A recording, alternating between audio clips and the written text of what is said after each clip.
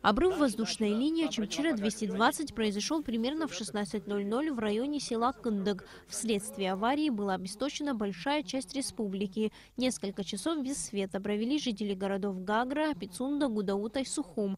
Причиной аварии стала нагрузка на электролинии. На данный момент все эти районы питаются электроэнергией из России. Это как раз та линия, по которой мы постоянно ведем беседы и рассказываем о том, что она перегружается в зимний период времени, и мы на нее нагружаем то количество электроэнергии, ту мощность, которую она по сути выдержать не может.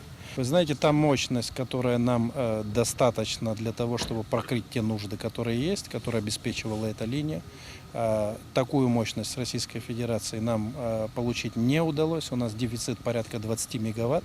В связи с этим в некоторых районах сегодня придется, к сожалению, большому потерпеть нашему населению. По часу будут ограничения.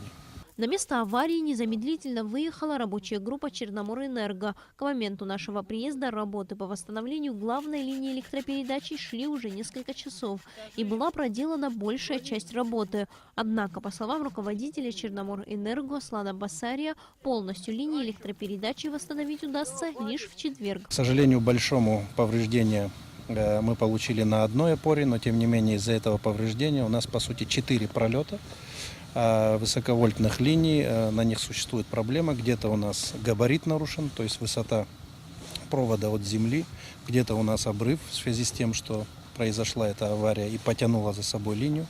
Но тем не менее бригады работают, спускаются провода, которые не оборвались. Соответственно, эти провода обрезаются, потом они монтируются между собой. Параллельно с этим опускаются, мы их называем в быту гирлянды, то есть это изоляторы, которые держат провода и имеют соответствующие функции чисто энергетические.